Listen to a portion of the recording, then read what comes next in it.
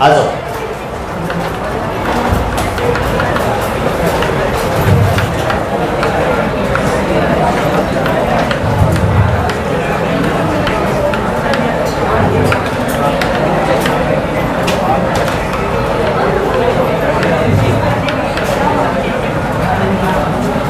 Motion of center of mass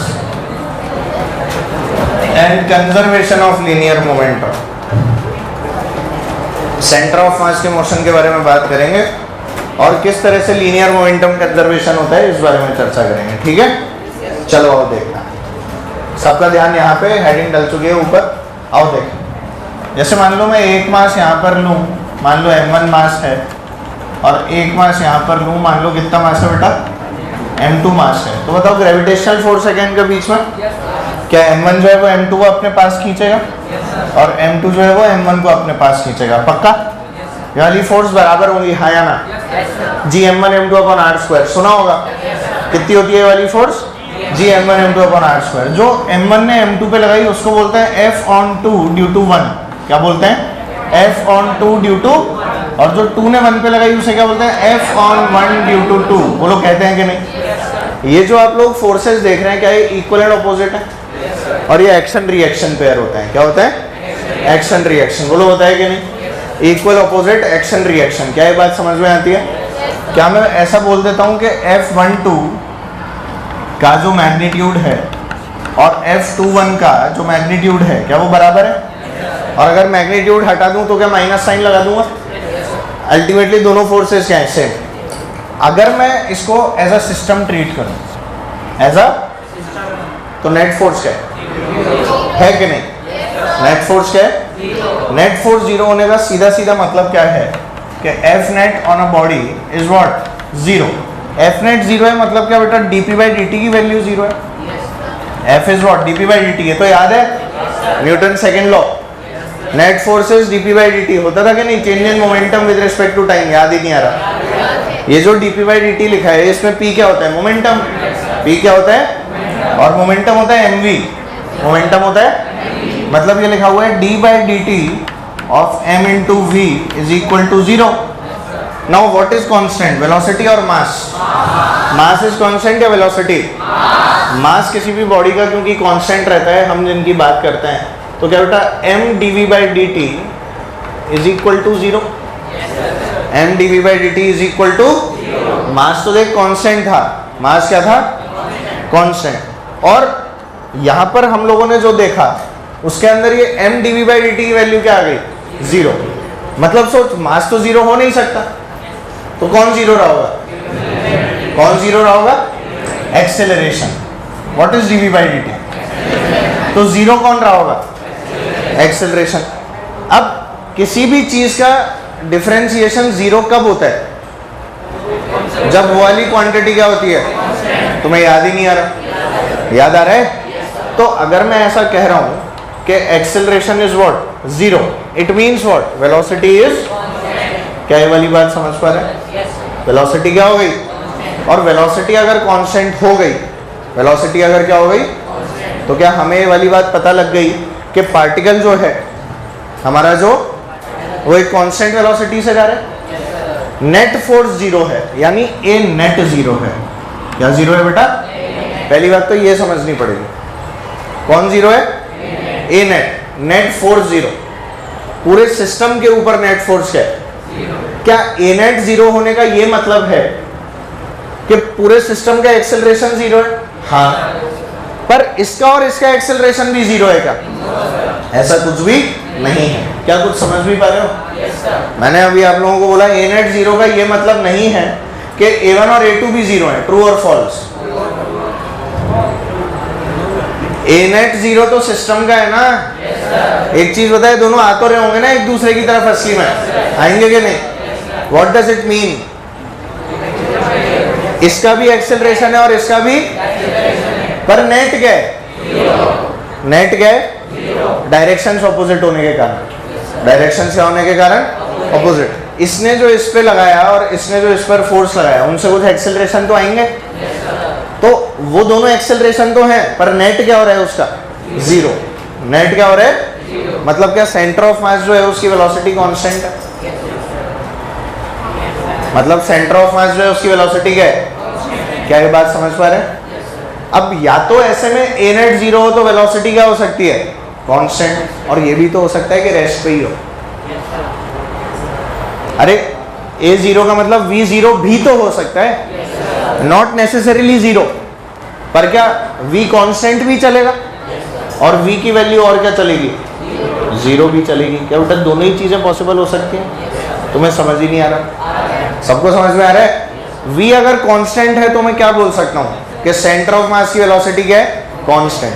v अगर zero है तो मैं क्या बोल सकता हूँ? Centre of mass is at rest. Centre of mass is at rest. कुछ भी समझ में नहीं आया? क्या सभी लोगों को आया? कुछ ऐसी बातें बोल दी क्या मैंने जो आपके एकदम ऊपर से निकल गई? पक्का? ये सब बातें पता है ना आप लोगों को? तो बताओ मुझे सेंटर ऑफ मास लिखते कैसे हैं? RCM। क्या लिखते हैं? M1R1 plus up to Mn, ऐसे ही लिखते थे, upon M1 plus M2 up to Mn। बोलो लिखते थे? अब एक काम करे, इसे डिफरेंशिएट कर दे विद रिस्पेक्ट टू टाइम। अगर मैं इसे डिफरेंशिएट करूं with respect to time, in that case क्या आएगा हमारे पास? जल्दी बोल। क्या बेटा VCM आ जाएगा? सोच के देख, RCM को डिफरेंशिएट किया टाइम के रिस्पेक्ट में, तो क्या VCM? What will be the value of VCM? dRCM by dt। बोलते और नहीं हो तो बोलो क्या? M1V1 plus up to Mn upon M1 plus M2 up to Mn। बोलो आएगा? समझ ही नहीं आ रहा सर। और अगर इसको तुम दोबारा डिफरेंशिएट कर दो with respect to what? Time, in that case क्या आ जाएगा? याद आ रहा है? ACM क्या हो गया बेटा? dVCM by dt। उसकी वैल्यू बोलो। M1A1 plus up to Mn upon M1 plus M2 plus up to Mn। बोलो क्या सही है? ये हमारे पास में RCM को टाइम के रिस्पेक्ट में गया तो VCM, और इसको टाइम के रिस्पेक्ट में गया तो ACM। क्या बेटा तीन क्वांटिटी सीधे सीधे निकल के आती हैं? अब इसमें बता, अगर एक्सेलरेशन जीरो है, देख मास तो जीरो नहीं होगा, बॉडी का मास तो जीरो, तो अगर एक्सेलरेशन जीरो हो गया तो क्या बेटा दो केसेस? कौन कौन से केसेस? या तो VCM कांस्टेंट हो, या फिर V जीरो हो, या फिर V क्या हो? अब मान ले अगर तेरी VCM कांस्टेंट है, मान ले अगर तेरी VCM क्या है? क्या इसका ये मतलब है कि V1 V2 V3 भी सब कांस्टेंट है?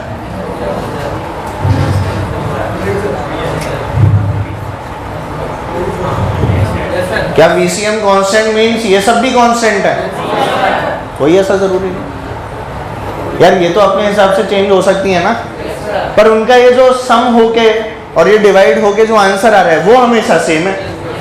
मान ले फाइनल आंसर इज 5, ये अपने आप को ऐसे एडजस्ट करती रहेंगी बार बार के फाइनल आंसर क्या आ रहा है? 5 आ रहा है। कोई दिक्कत थोड़ी है? नहीं समझ में आ रहा? ACM जीरो का क्या मतलब है? A1 A2 A3 सब जीरो है? कभी भी नहीं। अरे ACM जीरो का मतलब है इनका नेट जीरो है, इनका इंडिविजुअली जीरो है। ये कोई जरूरी है क्या? बातें समझ पा रहे हो? पक्का? वहां शायद नहीं आया होगा पर यहाँ तो आया होगा। ACM जीरो होने का ये मतलब नहीं है कि A1 A2 A3 A4 up to AN सब कुछ क्या हो? जीरो हो। कुछ समझ नहीं आ रहा सर, पता नहीं क्या बता रहे। और अगर ACM जीरो हो जाए, और अगर ACM जीरो हो जाए, क्या इन that case VCM will be a constant? VCM will be, VCM अगर कांस्टेंट है मतलब क्या ये टर्म कांस्टेंट है? ये टर्म कांस्टेंट का मतलब देखिए लिखा हुआ है M1 V1 plus M2 V2 plus up to Mn Vn upon, अच्छा अपॉन में जो टर्म लिखा है वो भी कांस्टेंट है, और इक्वल टू भी लिखा हुआ है कांस्टेंट। तो क्या ये सब कुछ कांस्टेंट आ गया? मतलब ये पूरी क्वांटिटी क्या आ गई? समझ में नहीं आया? इस कांस्टेंट से जब नीचे का टोटल मास मल्टीप्लाई होगा, जो कांस्टेंट है वो कांस्टेंट ही तो आएगा। क्या आएगा? ये देखिए क्या लिखा हुआ है, मोमेंटम कंजर्वेशन। ध्यान दो, समझ ही नहीं आया। ये क्या लिखा है बेटा? P1 plus P2 plus up to Pn is equal to, यही तो इक्वेशन है बेटा मोमेंटम कंजर्वेशन की। नहीं आया sir, law of conservation of linear momentum. ठीक है, तो जब जब सिस्टम पे नेट फोर्स क्या होगा, तब तब सिस्टम का लीनियर मोमेंटम कंजर्व्ड रहेगा। जब जब नेट फोर्स क्या होगा सिस्टम पे जीरो होगा, तब तब सिस्टम का लीनियर मोमेंटम कंजर्व्ड रहेगा। क्या ये बातें क्लियर है? अब बता, क्या momentum is a vector quantity? क्या ये वेलोसिटी, एक्सेलरेशन, आर, ये सब वेक्टर होता है? अगर ये सब कुछ वेक्टर है तो आप ही लोग मुझे बता दो, क्या मोमेंटम भी वेक्टर है? क्योंकि मोमेंटम वेक्टर है तो क्या एक्स में अलग, वाई में अलग, जेड में अलग, सब तरफ अलग अलग लिख सकता हूँ? नॉर्मल सी बात। इसीलिए हम एक्स की फोर्सेस को अलग देख सकते हैं, वाई की अलग और जेड की अलग। हो सकता है किसी एक डायरेक्शन में ही नेट फोर्स जीरो। क्या हो सकता है? किसी एक डायरेक्शन में ही नेट फोर्स क्या हो, हम उस डायरेक्शन में क्या लगा देंगे, मोमेंटम कंजर्वेशन। समझ पा रहे हो सकता है दोनों में हो और दोनों डायरेक्शन काम आ रही हो, तो दोनों के हिसाब से कर लेंगे। क्या कोई बड़ी बात? ये सब बातें समझ में आई हैं? नहीं आया समझ? अब देख, इसी में एक और चीज, ये तो ACM जीरो वाली कहानी हो गई। ये कौन सी कहानी हो गई? ACM जीरो होने वाली कहानी। अब ACM जीरो की एक कहानी ये है VCM कांस्टेंट, पर क्या एक कहानी और पॉसिबल है जब VCM जीरो हो जाए?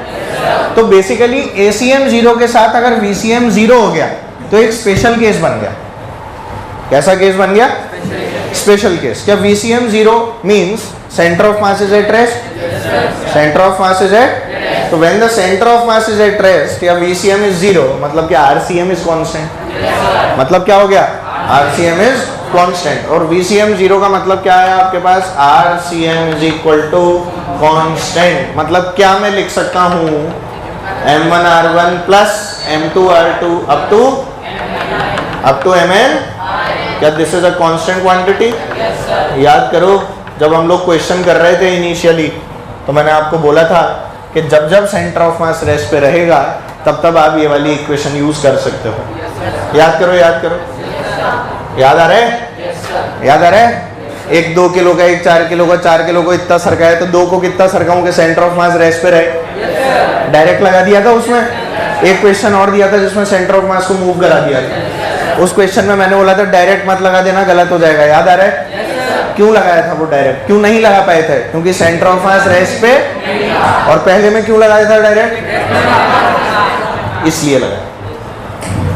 ठीक है, और इस चीज को मैंने वहां किससे बताया था? वहां किससे बताया था इस वाली चीज को? Mass is inversely proportional to R. याद ही नहीं आ रहा?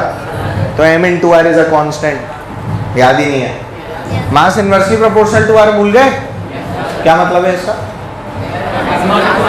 जितना बड़ा मास होगा सेंटर ऑफ मास उसके इतना पास होगा।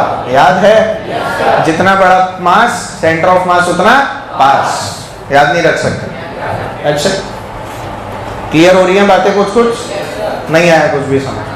पक्का आया? ठीक है। अब देख, इसी को अगर आप बहुत छोटे टर्म्स के अंदर जाना चाहते और बहुत छोटे छोटे में निपटाते तो क्या यहीं से निपटा सकते थे? अरे mv कांस्टेंट, dp/dt अगर जीरो है तो mv क्या है? नहीं आया समझ? मैं अगर यहां पर इसको ऐसे बोल देता, सुन मेरी बात, इसी वाली टर्म को देखो, ये जो मैंने लिखा है dp/dt इज जीरो। ये जीरो कब हो सकता है? जब मोमेंटम क्या हो? समझ में आया? मतलब कि m1v1 plus m2v2 plus up to mn/vn is equal to, किताबों में यही वाला दिया हुआ होता है। जो किताबी तरीका है ना इसको समझने का, वो यही है। 1 स्टेप, 2 स्टेप, 3 स्टेप, चौथा आंसर। पर कंसेप्चुअली अंडरस्टैंडिंग जो आती है वो यहां से RCM, VCM, ACM। समझ पा रहे हो? जब मल्टीपल करेक्ट क्वेश्चन आता है ना तो उनकी अंडरस्टैंडिंग इसी वाले पोर्शन से बनती है बेटा, मल्टीपल करेक्ट वाले क्वेश्चंस के अंदर। क्यों? क्योंकि उसमें ऐसे सवाल पूछे जाते हैं कि VCM जीरो का मतलब है V1, V2, V3 सब जीरो। ट्रू और false? False. They may be zero. दे पक्का? ACM जीरो का मतलब है A1, A2, A3, A4 सब जीरो। ऑलवेज ट्रू या मे बी जीरो या ऑलवेज फॉल्स? May be. सारी कहानी कौन सी है? May be. क्या कुछ भी समझ में आया है? 100%?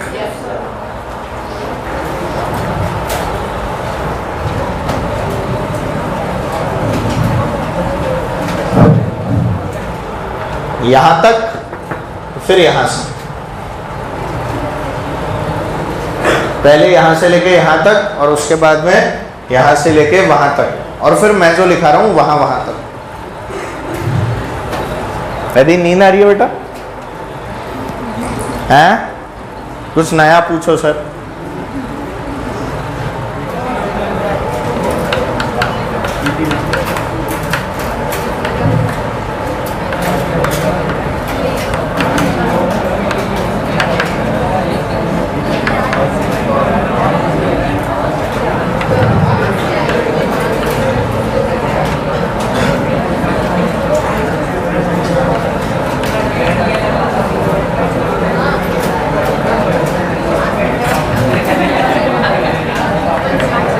अरे बातें क्यों हो रही है यार? चुपचाप से छपाई करो। इसमें बातें करने की कौन सी बात आ गई? चुपचाप से छापो इसको।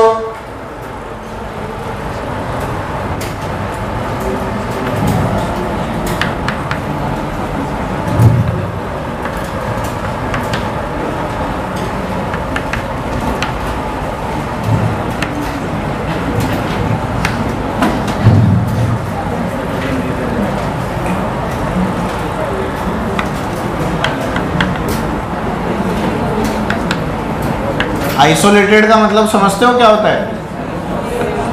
आइसोलेटेड मतलब अलग थलग, अकेला। अलग थलग मतलब अकेला, अकेला सिस्टम। अकेला एक ऐसा सिस्टम मतलब इसके ऊपर कोई एक्सटर्नल फोर्सेस का और कोई इन्फ्लुएंस नहीं है। समझ गए ना? इसलिए आइसोलेटेड बोला गया है सिस्टम।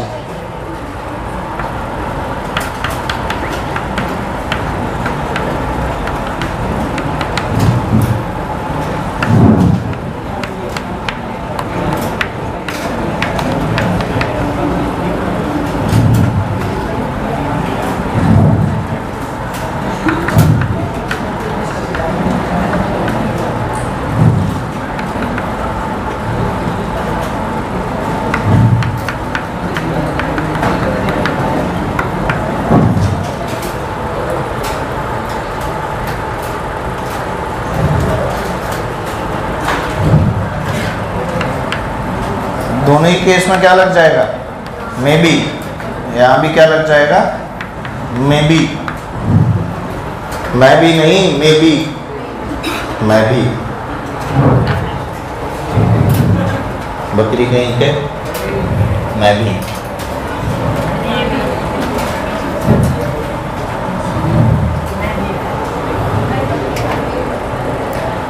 आशीष नाम है ना तेरा?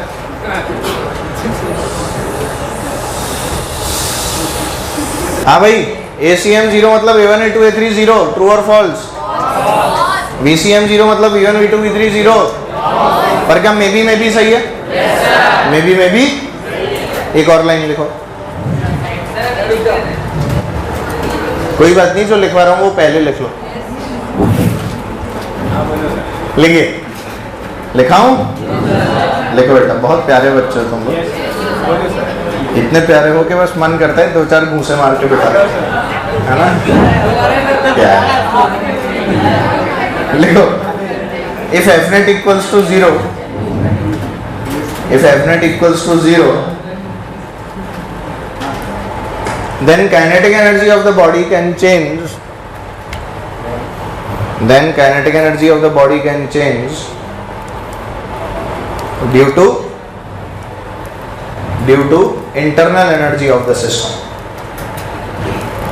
Due to internal energy of the system.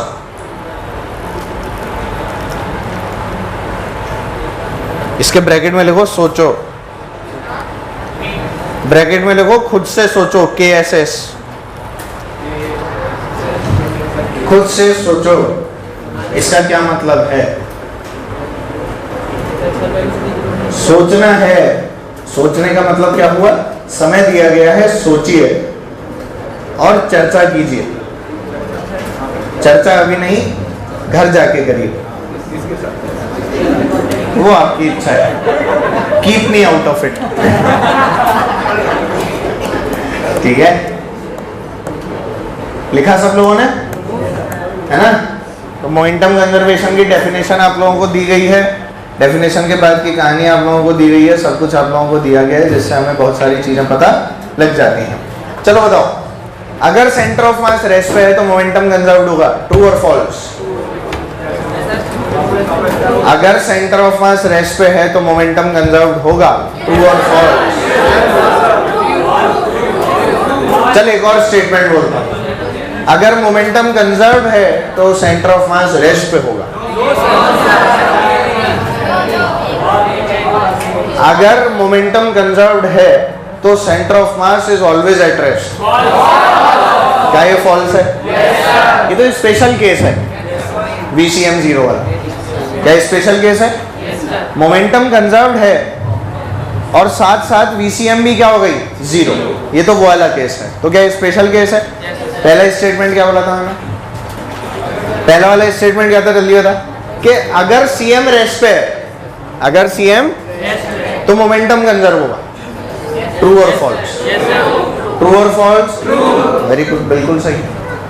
CM अगर रेस्ट पे है तो ये वाला केस, ये सिर्फ कब ट्रू है? जब ये केस बन पाएगा। अरे बोलो भाई। पर अगर मैं बोलूं कि जब जब ये है तब तब ये है तो गलत है। क्या ये बात समझ में आ गई? तो लिखो, CM एट रेस्ट, जैसे हमारे CM रेस्ट पे रहते हैं, कुछ काम नाम नहीं करती हैं, तो वसुंधरा राजे एट रेस्ट। वसुंधरा राजे का नाम ही अजीब है, VR एट रेस्ट, है ना? हाँ, तो CM at rest doesn't mean, Spiderman बहुत बोल रहा है, doesn't mean that, doesn't mean लिख दिया क्या? डजंट काट दो। अरे डजंट निकल गया ना गलती से, अपने को क्या लिखना है? CM एट रेस्ट बोला था ना मैंने, तो CM एट रेस्ट तो इट मीन्स के सेंटर के मतलब मोमेंटम कंजर्व्ड है, तो डजंट निकल गया मुझसे, तो लिख लो CM at rest means that momentum is conserved, momentum is. अब मोमेंटम को P लिखा करो ना, ऐसे बड़ी डंडी वाला P लिख दिया करो, means that momentum is conserved. But momentum is conserved does not necessarily mean, but momentum is conserved does not necessarily mean that center of mass is at rest, does not necessarily mean that center of mass is at rest, does not necessarily mean that center of mass is at rest। क्या ये बात समझ में आई है? Very good. तो आइए question शुरू करते हैं।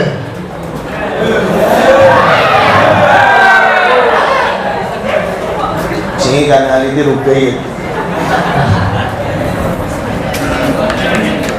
सुनो, इस पे बनने वाला सबसे बेसिक सवाल, अरे ध्यान दो इधर, इससे बनने वाला जो सबसे बेसिक सवाल है ना बेटा, वो ये है, प्लैंक होता है ना बेटा, वुड का प्लैंक, वो जो लकड़ी का टुकड़ा होता है, पानी में तैर रहा होता है ना, उसको प्लैंक ऑफ वुड बोलते हैं। क्या बोलते हैं? Plank of would. अब ये प्लैंक ऑफ वुड जो है ना, ये पानी में तैर रहा था, और चलो मैं ही खड़ा हूँ, मैं खड़ा हूँ मस्त, मेरा मास है छोटा m और प्लैंक का मास है कैपिटल M, और लेंथ है बेटा इसकी L। लेंथ क्या है इसकी? L। अब मुझे यहाँ से लेके और यहाँ तक चल के रहना है, इस केस वाले एंड तक। और आपने भी ये वाली बात नोटिस की होगी कि जब भी हम लोग नाव वाव पे चल के आगे जाते हैं तो नाव जो है वो पीछे जाती है। कभी नोटिस नहीं किया? नाव पे नहीं उतरे? अच्छा, तुम तो भैंस पे बैठ के गाँव में नदी पार कर लेते थे ना, कैसे नोटिस किया होगा? भैंस पे बैठे सर, भैंस के साथ तो आगे ही जाते थे, भैंस के पीछे तो इंजन लगा होता है पूंछ वाला,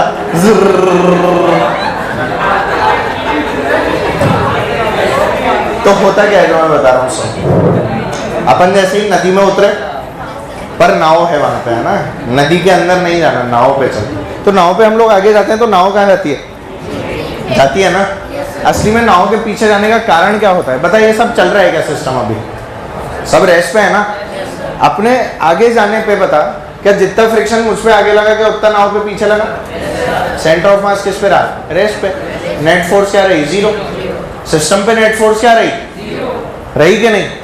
क्योंकि सिस्टम पे नेट फोर्स रही और यहाँ पर VCM भी क्या हो गया? 0, तो कोई दिक्कत ही नहीं है। सिस्टम पे नेट फोर्स क्या है और VCM भी क्या है? तो अगर दोनों ही चीजें 0 हैं तो एक चीज बता, क्या ये नाव चाहेगी सेंटर ऑफ मास रेस्ट पे रहे? अरे यही तो चाहेगी। ये नाव क्या चाहती है? सेंटर ऑफ मास किस पे रहे? Because VCM is what? 0। VCM is what? VCM 0 होने के कारण ये नाव क्या करती है? सेंटर ऑफ मास की पोजीशन जहां है वहीं रखना चाहती है, जहां है। और इसीलिए जैसे जैसे अपन आगे जाएंगे तो बोल क्या सेंटर ऑफ मास शिफ्ट होगा? पर ये शिफ्ट नहीं होने देती। ये बोलती है कि ये आदमी आगे जा रहा है, मैं पीछे चली जाती हूँ, पर सेंटर ऑफ मास की लोकेशन को कभी भी चेंज नहीं होने दूंगी। अपने को बचपन में बोलते हैं न्यूटन्स थर्ड लॉ के एग्जाम्पल में, अपन आगे गए, बोर्ड पीछे गए, न्यूटन्स थर्ड लॉ बावड़ा बना दिया। क्या बना दिया? कुछ हद तक सही भी है, इतना गलत भी नहीं है, पर हम लोग है ना बहुत डिटेल में चले गए उस। न्यूटन्स थर्ड लॉ बहुत बेसिक उस चीज को समझने का तरीका है। जब हम और डिटेल्ड एक्सप्लेनेशन में जाते हैं तो सच्चाई क्या है? इस सिस्टम का सेंटर ऑफ मास किस पे है? रेस्ट। इस सिस्टम का सेंटर ऑफ मास किस पे है? क्योंकि बेटा VCM की वैल्यू क्या है यहाँ पे? 0। इसीलिए हम लोग क्या अप्लाई कर सकते हैं? M1R1 is equal to M2R2। बोलो क्या अप्लाई करें? लेट्स सी किस तरह से अप्लाई होगा। आओ देखें। अगर हम ध्यान दें और इन बातों को समझें तो आप लोगों को एक चीज नजर आनी चाहिए कि हमारे आगे जाने पे बोर्ड पीछे रहेगी। हमारे आगे जाने पे बोर्ड पीछे रहेगी, मतलब मैं L डिस्टेंस तो चल ही नहीं पाऊंगा। तो सोच, मैं भी आगे चल रहा हूँ और ये फर्श भी पीछे जा रहा है, मैं ठहरा हूं और जमीन चल रही है। तो अगर ऐसा हो रहा है तो व्हाट डज दिस मीन? मैं पूरी डिस्टेंस चल रहा हूँ या कम चल रहा हूँ? कम चल रहा हूँ। ये बात तो समझ आ गई। मान लो बोर्ड जो है ना वो पीछे x चली गई। बोर्ड कितना पीछे चली गई? तो मैं कितना आगे चला? L minus x. अब क्या बोर्ड यहीं तक की रह गई? बोलो भाई, यह आपकी बोर्ड की नई पोजीशन, यह आपकी बोर्ड की नई पोजीशन। तो मैं असली में कितना चला? L minus x. जाना कितना था? L। जाना कितना था? बोर्ड पीछे कितना चली गई? तो मैं कितना चला? बात खत्म। मैं कितना चला? डुर डुर डुर, वही एंड मेरे पास आ गया। मेरे को पूरा जाना।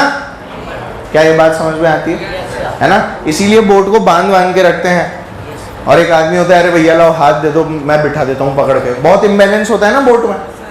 अगर कभी उतरे हो तो बैठे हो बोट में? कितने लोग सही में नहीं बैठे? सब लोग बैठे हैं मैक्सिमम। बहुत बढ़िया। काफी लोग नहीं बैठे। ठीक है, इसमें नहीं बताने में क्या हो गया पता नहीं, शर्मा रहे हैं बताने में कि नहीं बैठे। कोई बात नहीं, कभी और बैठ जाना जीवन में। क्यों भाई जैनुल बैठा है? कौन सी बोट में बैठा है? हैं? अरे यार तुम शांत रहो, मैं पूछ रहा हूँ। हाँ, कहाँ पे बोल रहे? रामगढ़, जामनगर से द्वारका बोट से गया था। बोट से नजदीक पड़ता है, ओखा से नजदीक पड़ता है। मैं बोल रहा हूँ बोट में बैठा क्या?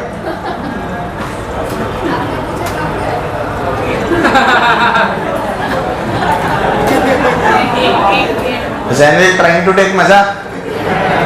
कोई बात नहीं बेटा, मेरा नंबर भी आएगा। हाँ भाई, तो बोलो मैं कितना चला? x या l माइनस एक्स? अप्लाई क्या करना है आपको? M1R1 इज इक्वल टू, तो बोलो मैं चला R1, R1 is what? L minus x. तो M into should be equal to capital M into x. Board तो x चली, बोर्ड कितना चली? खत्म कहानी, सॉल्व कर लो। x की वैल्यू निकालनी है। क्वेश्चन में क्या बोलते हैं कि what will be the displacement of the boat? What will be the displacement of the boat if the man reaches the other end of the boat? समझ गए? What will be the displacement of the boat if the man reaches the other end of the board. अब other and तो असली में जा ही नहीं रहा, and he उसके पास चल के आ गया।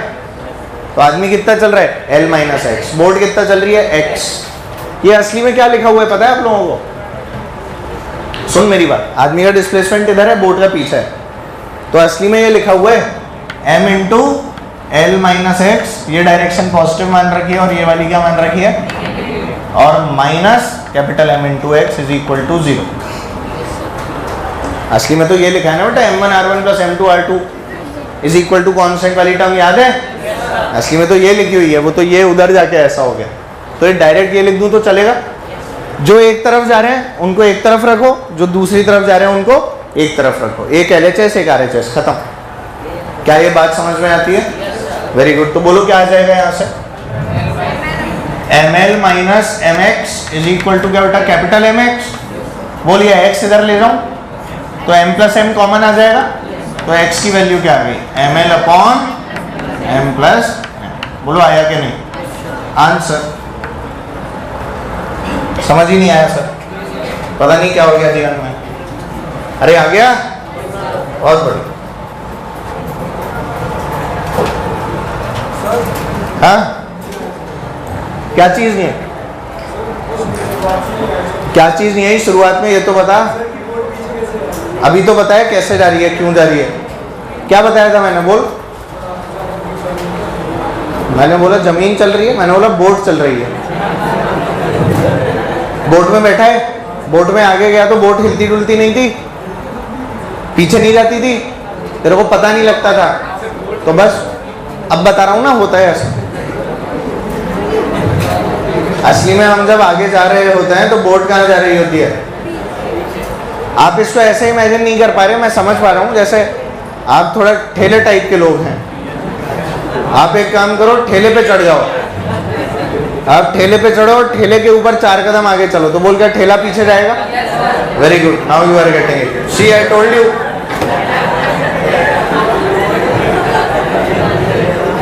ठेला गाड़ी जैसे ही लेकर आए भाई साहब, सबको चमक गया। अभी फील आ गई? और कोई फील लेना चाहता है, मैं उसी के हिसाब से उसको समझा दूंगा। डाउट माता भी चाहती है? डाउट माता क्या थोड़ा रेंगता है ना? क्या क्या यही करता रहूं मैं? चल यही काम है मेरा, यही सवाल बताता रहूं बस, है ना? बताओ सर बताओ, मैं भी तो देखूं क्या बताते हो, है ना? डाउट माता को ठेले पे चढ़ा दो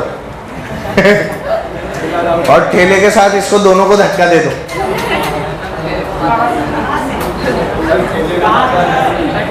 वो तुम्हारी इच्छा है, कोई रोक टोक नहीं है। जो केस क्यों बनेगा? धक्का ही तो देना है बेचारे को, मारना पीटना थोड़ी है। तुम कैसी बातें कर रहे हो, गंदी सोच। एक मिनट, क्या चल रहा है क्या सिस्टम? पहले रेस्ट पे है ना इनिशियली, बाद में भी रेस्ट। पीछे गया ना, तो वो तो सेंटर ऑफ मास को रेस्ट पे रखने के लिए पीछे गया। VCM 0 का मतलब सेंटर ऑफ मास रेस्ट पे है, सिस्टम रेस्ट पे है, ये थोड़ी बोल रहा हूं। VCM का मतलब कौन रेस्ट पे है? Centre of.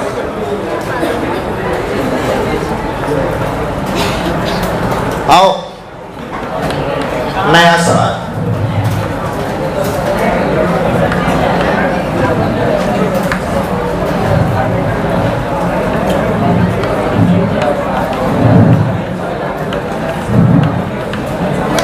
बातें बंद करो यहाँ पे।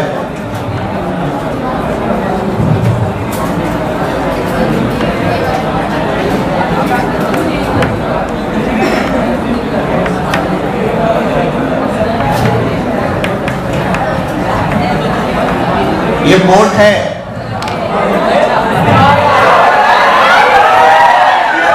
इसमें इतना खुश होने की क्या जरूरत है? बोट है, चुपचाप से बना लो। तुम्हें दूसरी बनानी है तो दूसरी बना लेना, मैं तो ऐसी बनाऊंगा, शांत रहो। बातें नहीं, सवाल सुनो। सवाल पे तो फोकस नहीं है, पहले बातों पे फोकस है। इधर ध्यान दो बेटा। बोट जो है ना, बोट का मास है लेट से 10 kg। बोट का मास कितना है? और ये जो आदमी बैठा है इसका मास मान लो 40 किलो, और बोट की लेंथ है 10 मीटर, बहुत लंबी बोट है, 10 मीटर की बोट, 10 किलो है बस, ठीक है ना। तो ऐसा क्या हो गया, रियल डेटा पे काम करता है क्या हमेशा जीवन में? यहाँ तेरे को बना दूंगा तो 100 किलो से कम का बनेगा क्या फिर तू, गेंडा कहीं का। चलो बस 10 किलो। अपने आप को कांच में देख के एक बार सोचना कितने किलो, तो जवाब आएगा कांच से समा नहीं रहा। चलो आरव इन सब चीजों से ऊपर उठ चुके हैं, उसको हम ऐसे कैटेगराइज नहीं कर पाएंगे, है ना। हाँ मतलब वो लेजेंडरी लेवल अचीव कर चुके हैं। Arav is out of it. We are not talking about you, dude. No offense. Right, here. So this length is 10 meters. The boat has a mass of 10 kg and the man has a mass of 40 kg. And the man wants to reach the other end of the boat.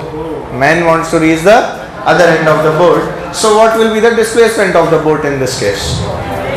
Do it. जल्दी करो, मत करो। पहली बार सुना होगा ना तुमने, याद करो जल्दी। हाँ, एक ही सवाल याद था मेरे को अंग्रेजी में, तो मैंने बोल दिया। अरे find the displacement of the boat when the man reaches the other end of the boat. सबका आ गया? पक्का?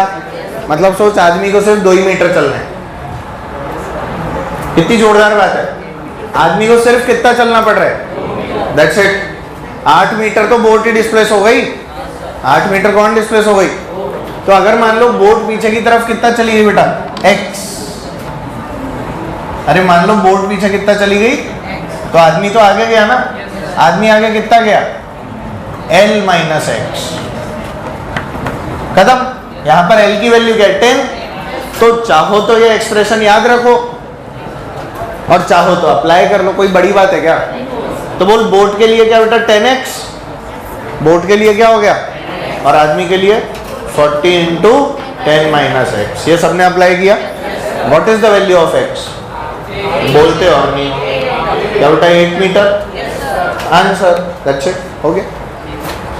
टफ है क्या, आओ तो करते हैं और करें।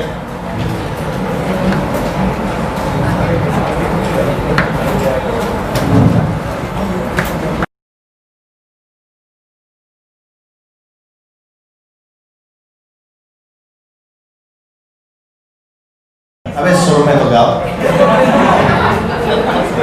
ऐसे ओ ओ ओ ओ ओ ओ ओ ओ ओ ऐसे।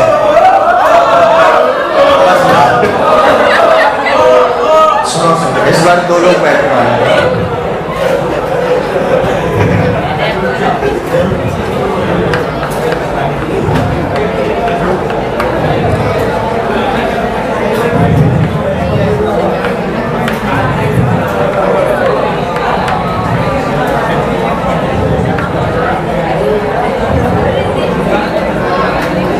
ठीक है, बातें मान, यहाँ देखो। अरे यार बतियाना बंद करो, यहाँ ध्यान दो।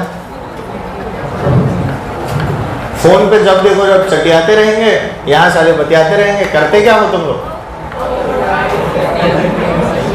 चलो यहाँ देखो, मैडम का मार्क्स कितना ले लें।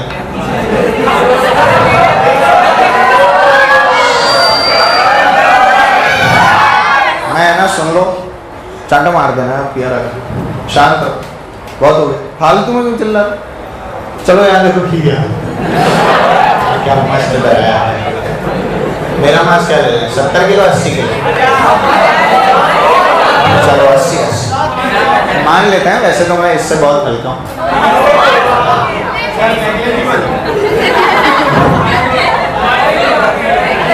बोर्ड का मार्क्स ले लेते हैं बेटा 20 kg। Soon low, Let's take the mass of the boat to be 20 kg। अच्छा मेरे को पता लगा तुम पिक्चर के लिए चुगली कर रहे थे अर्जुन सर से। तुमने चुगली की और आपने ऐसा बोला कि एनएम सर मतलब बहुत टाइम से हमें गोली दे रहे हैं। अब और गोली मिलेगी बेटा, देखो।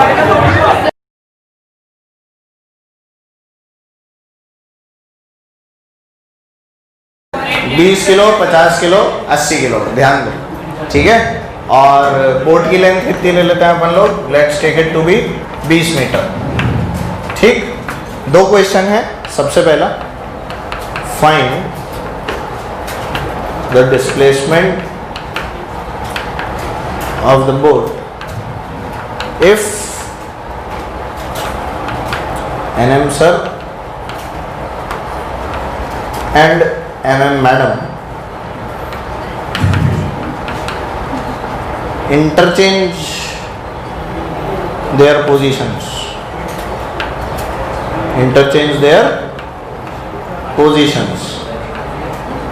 ठीक है। मतलब मैं तो इधर से इधर आ गया रास्ते में और ये इधर से इधर आ गया, ठीक। पहला क्वेश्चन। दूसरा question, find the displacement of the boat if NM sir and MM ma'am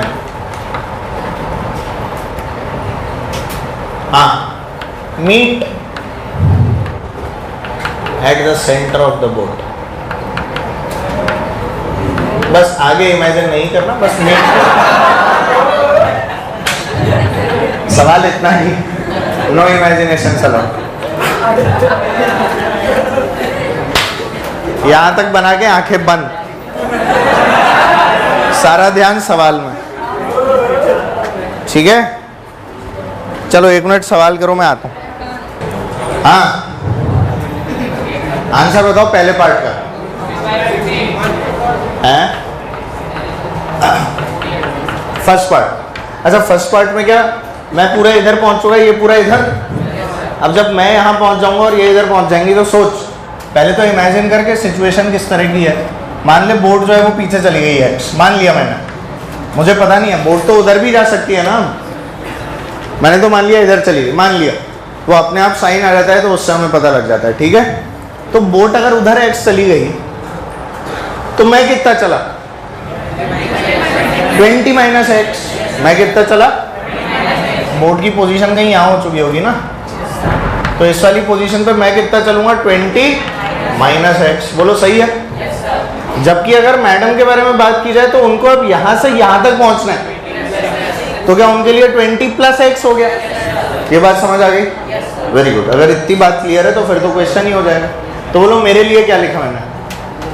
80 into, बोलिए क्या बेटा? 20 minus x, and this should be equal to what? 50 into 20 plus x. समझ ही नहीं आ रहा? नहीं आया समझ? आ गया? तूने मेरे को मैसेज किया था क्या? क्या हो गया तुझे?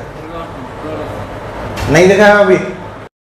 तो 80 into 20 minus x should be equal to 50 into 20 plus, तो बोलिए क्या आ जाएगा? सॉल्व किया? किसी ने भी नहीं लिखी है? कितना है?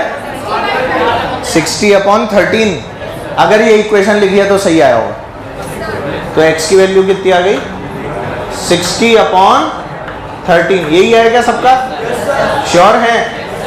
ये इक्वेशन सबने लिख ली थी? क्या बात कर रहा हूं? कितने लोगों का यही आया था आंसर?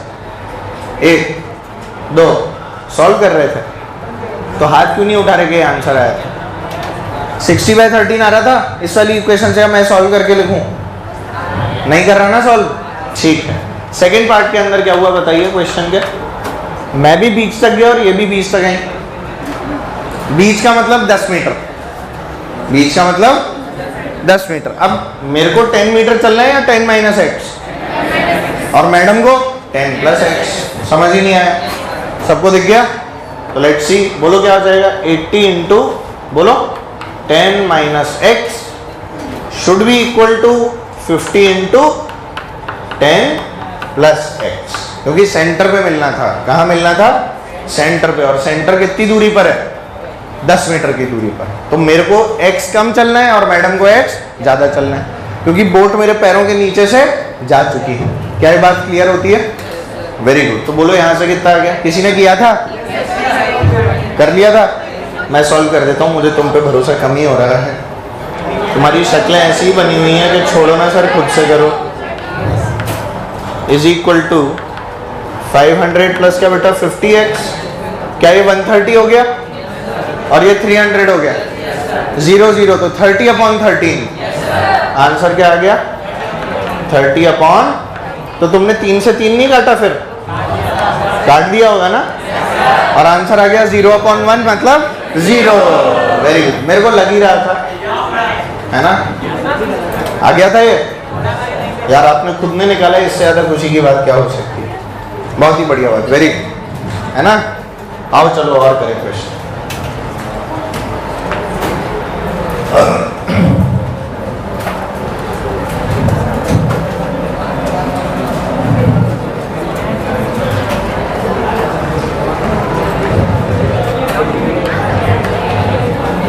चलो चलो भाई, बातें बंद। नई वैरायटी का सवाल करेंगे, आइए।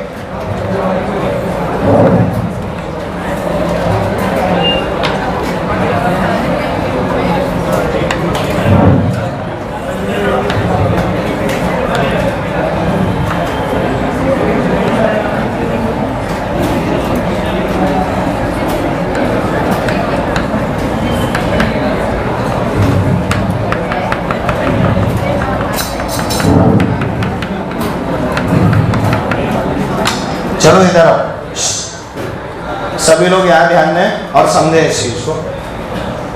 बेटा ये जो इस बार नीचे वाला वेज देख रहे हो ना, इसका मास कैपिटल M दिया हुआ है, क्या दिया हुआ है, और ये फिक्स नहीं है जमीन पे, दिस इज नॉट फिक्स, ठीक है। अब ये अगर फिक्स नहीं है और इस वाले ब्लॉक को हम लोगों ने क्या किया बेटा, रिलीज किया है। क्या किया है, इसको अगर रिलीज करूँगा तो नीचे जाएगा ऊपर उड़ जाएगा। वेरी गुड, चीजें कहाँ जाती हैं बेटा, नीचे। चीजें अगर नीचे आती हैं तो ये इसको नीचे प्रेस करने की कोशिश करेगा, पर क्योंकि ये रिजिड था तो इसे तोड़ के तो नीचे आ नहीं पाएगा। क्या इस पे फिसलेगा, इस पे क्या करेगा, इसके ऊपर फिसलेगा, तो ये कहाँ जाएगा, पीछे या आगे। इस बात की फील बन गई। आपको बताना है जब ये पूरा का पूरा यहाँ से यहाँ फिसल चुका होगा तो बड़े M का डिस्प्लेसमेंट क्या होगा। ये वाली लेंथ आप लोगों को L दे रखी है, ये वाली हाइट आपको H दे रखी है, फ्रिक्शन नहीं है, ठीक है। तबीयत ठीक है, अच्छे डॉक्टर को दिखा लो बेटा। किसको दिखा रही है, आयुर्वेदिक दवाखाना में तो नहीं जा रही है ना, कौन से डॉक्टर को दिखा रही है। अरे सुनो तो सही, एक मिनट, महा आसान सवाल है, कुछ करना वरना नहीं था, आंसर इसका वही आएगा ml/n+1। अब सुन कैसे, एक चीज बताइए, जब नीचे जा रहे हैं तो इसके ऊपर नॉर्मल ऐसे लगा रहे हैं और ये नॉर्मल पलटी में ऐसे लगा रहे हैं, वो लेंगे नहीं, नॉर्मल का ये कंपोनेंट इसको पीछे ले जा रहा है। ये ने इस वाले ने छोटे M ने जो बड़े M पे नॉर्मल इधर लगाई है, उसका जो ये कंपोनेंट है वही तो इसको पीछे ले जा रहा है, या कोई और ले जा रहा है, यही ले जा रहा है, और तो कोई फोर्स है नहीं। और जितनी फोर्स इसके ऊपर यहाँ लग रही है, क्या उतना इस नॉर्मल का भी ये कंपोनेंट है, बोलते और नहीं। क्या x डायरेक्शन में नेट फोर्स 0 है, x डायरेक्शन में नेट फोर्स क्या है, y में कोई डिस्प्लेसमेंट है क्या सिस्टम का, y में है ही नहीं। ये वाला ब्लॉक सिर्फ कौन सी डायरेक्शन में चल रहा है, x में। ऐसा थोड़ी है ये नीचे फिसल गया, ये बाउंस होने लग गया, ऐसे होगा। इसका तो y में कोई डिस्प्लेसमेंट है ही नहीं ना, ये अगर डिस्प्लेस हुआ तो सिर्फ कौन सी डायरेक्शन में हुआ, और वो भी कहाँ, पीछे। तो मान ले इसकी ये कंडीशन आए, देख पा रहे हो, ये इसकी फाइनल कंडीशन है जब ये वाला ब्लॉक फिसल के यहाँ आ चुका है। अब ये मत बोलना सर ये तो यहाँ से यहाँ आएगा, यहाँ क्यों आ गया, क्यों यहाँ क्यों बना रहा हूँ, क्योंकि ये भी साथ साथ कहाँ जा रहा है, पीछे। क्या ये बात क्लियर है। अब आप लोग बताइए, अगर ये ब्लॉक इनिशियली यहाँ था तो क्या इस ब्लॉक ने x डायरेक्शन में L चलना था, इस वाले ब्लॉक को x डायरेक्शन में कितना चलना था, L। चला कितना, अगर ये बड़ा वाला ब्लॉक पीछे x सरक गया तो क्या L-x, और बड़ा वाला कितना चला, x, बड़ा कितना चला, ये now you know the answer. बड़ा वाला into x is equal to छोटा वाला इंटू, दिख गया सबको, x की value ml upon m plus, नहीं आया? सभी को आया? Very good. केमिस्ट्री का क्विज डिस्कशन है बेटा आप लोगों का 7:20 से शाम को, आज नहीं टुमारो 20 सितंबर बाय RRD सर। केमिस्ट्री का क्विज डिस्कशन, ठीक है? अरे यार ये समझ में आ गया? तो इसमें देखो करना वरना कुछ नहीं होता, बस एक्स डायरेक्शन देखनी है। कौन सी डायरेक्शन देखनी है? एक्स के अंदर नेट फोर्स 0 है, सिस्टम इनिशियली रेस्ट पे था तो VCM हमेशा क्या रहेगा? 0। सेंटर ऑफ मास क्योंकि रेस्ट पे रहेगा तो डायरेक्ट क्या अप्लाई कर दो? M1R1 is equal to M2। जिंदगी सुखी है, जिंदगी क्या है? ठीक है, सुखी तो होगी बेटा इस समय, है ना? तो नॉर्मल सी बात है, बारिश होनी बाकी है। हाँ बेटा, हाँ 1 मिनट मेरे को बात सुनने दो। हाँ जी, एक्स डायरेक्शन का, हाँ वही तो लिया है मैंने भाई। छोटे वाले को पूरा L फिसलना था ना एक्स में यार, छोटे वाले को कितना फिसलना था एक्स में, पर क्या L माइनस एक्स ही फिसल पाया भाई? ये वाली डिस्टेंस कितनी है कि नहीं? जबकि बड़ा वाला पीछे कितना सरक गया एक्स। तो तुम तो ऐसे सोचो ना, बड़ा वाला y में तो जा ही नहीं सकता, जाएगा तो x में जाएगा, तो x के अंदर ही कंजर्वेशन के लॉस लगा। समझ गए? और सुनिए नया सवाल, ये नोट कर लिया? Very good. आओ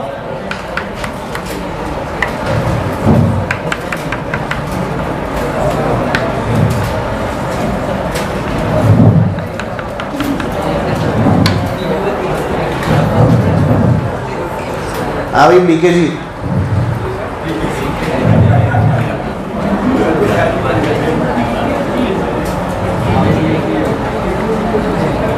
गलत बोल दिया क्या? सही तो बोल रहा हूँ। बीका जी, बीकाजू, पिकाचू नाम रखा है तुमने इसका? ओहो, बहुत ही बेकार नाम रखा है।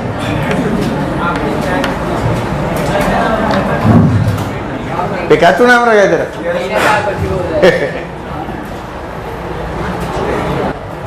आइए पंडा तू भी देख, अपनी चीज जगाओ। क्या जगाओ? ची जगाओ, एनर्जी। एनर्जी ची बोले तो एनर्जी जगाओ। अच्छा सुनो, मेरी बात सुनो, बातें मत करो।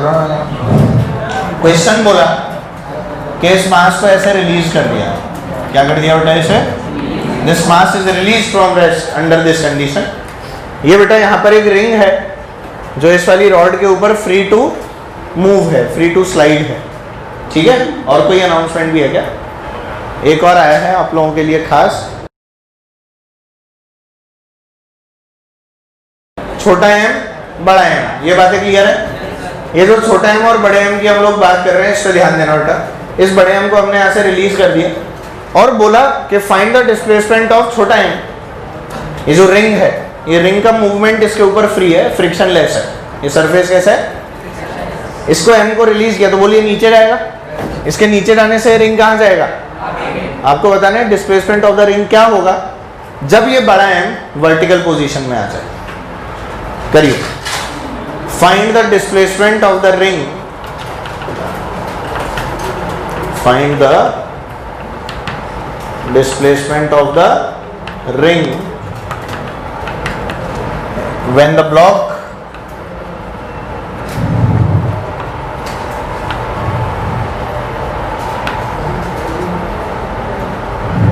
becomes vertical। करिए,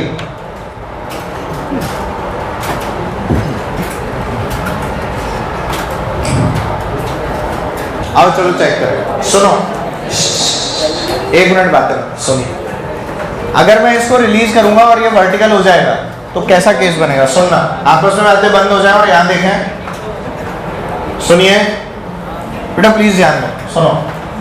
ये ऐसी कंडीशन में दिखा दे, ये मान ले कहीं यहां पहुंच चुका और ये ऐसे सीधा हो चुका। बोलो सही है? ये कैपिटल एम और ये स्मॉल एम। मान लो ये एक्स आगे आ गया तो इसका डिस्प्लेसमेंट कितना है एक्स में? एल माइनस एक्स ही तो है यार। अरे बोलो कितना है?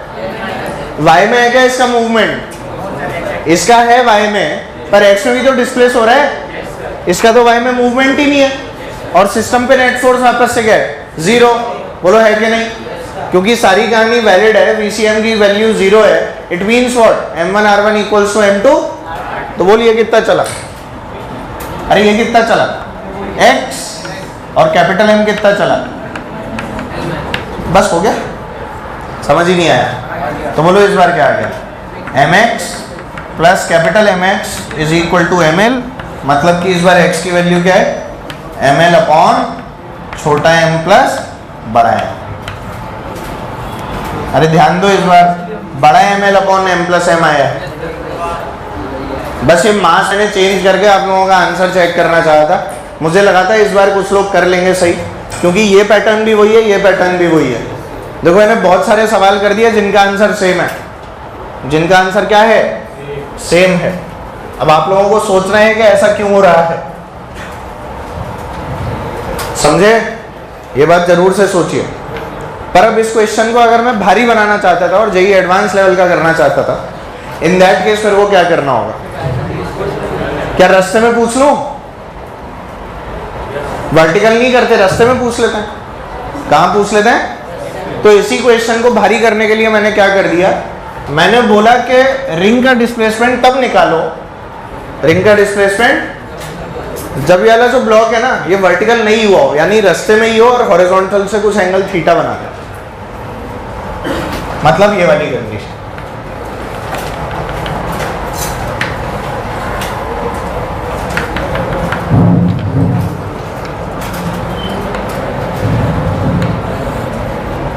ये इनिशियल और थोड़ी देर के बाद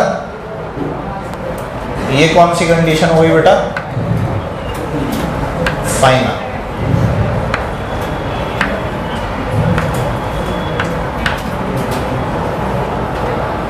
करके दिखाओ।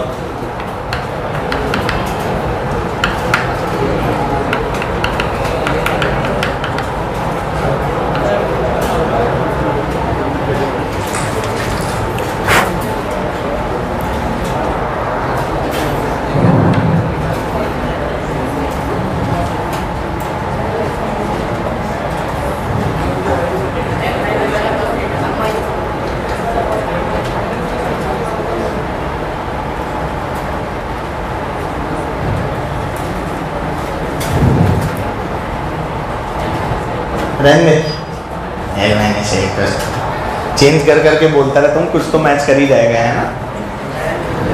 चलो इधर देखो, आइए सुन लो। थोड़ा सा भारी हो जाता है, एज सच कोई भारी नहीं है, पर ठीक है। चलो ये डिस्टेंस क्या मान लिया आपने? x। ये क्या मान लिया? तो भाई m का डिस्प्लेसमेंट तो x होगा, ये तो पता है, शुड बी इक्वल टू। अब कैपिटल M का डिस्प्लेसमेंट निकालने, यही निकालने के अंदर लोगों की हालत खराब होती है। तो देख ये तो x है, ये वाली लेंथ क्या है? l। इस L का ये कंपोनेंट कितना है? L cos theta. ये किसी को दिखा? तो बड़े M का डिस्प्लेसमेंट तो इतना सही है। ये कितना है? L minus L cos theta plus x। M का डिस्प्लेसमेंट क्या बेटा? ये है इनिशियली यहाँ, फाइनली यहाँ। बोलो क्या ये? What is this length? L नहीं, क्या बेटा? L cos theta plus x। यहां से लेके यहां तक पूरा L है, तुम सिर्फ इतना चले हो। अब बता यहां से लेके यहां तक कितना है? L cos थीटा प्लस, बोलो है कि नहीं? तो ये छोटा सा क्या बचा? L minus L cos theta plus x। नहीं आया समझ? समझ ही नहीं आया? तोते उड़ गए बेटा तुम्हारे। नहीं उड़े? उड़ने तो चाहिए। L minus L cos theta plus x, ये बोला है मैंने कहा कि इनिशियली यहाँ था, फाइनली यहाँ है। ये आपके ब्लॉक की इनिशियल कंडीशन देख पा रहे हैं? फाइनली ब्लॉक आपका यहाँ पहुँच गया। बोलो सही है? ये इनिशियल, ये फाइनल, तो डिस्प्लेसमेंट तो यही है ना बेटा x में। अब बताओ ये डिस्टेंस कितनी है? x। ये लेंथ कितनी है? ये एल का कंपोनेंट कितना है? एल कॉस थीटा, बोलो सही है। अच्छा यहां से लेके यहां तक कितना था? एल बोल था कि नहीं? तो ये छोटा सा हिस्सा कितना बचा? एल माइनस क्या ये पूरा? L cos theta plus x. अभी भी नहीं आया? इससे आसान क्या डायग्राम बनाऊं बेटा? अब तो आ गया होगा।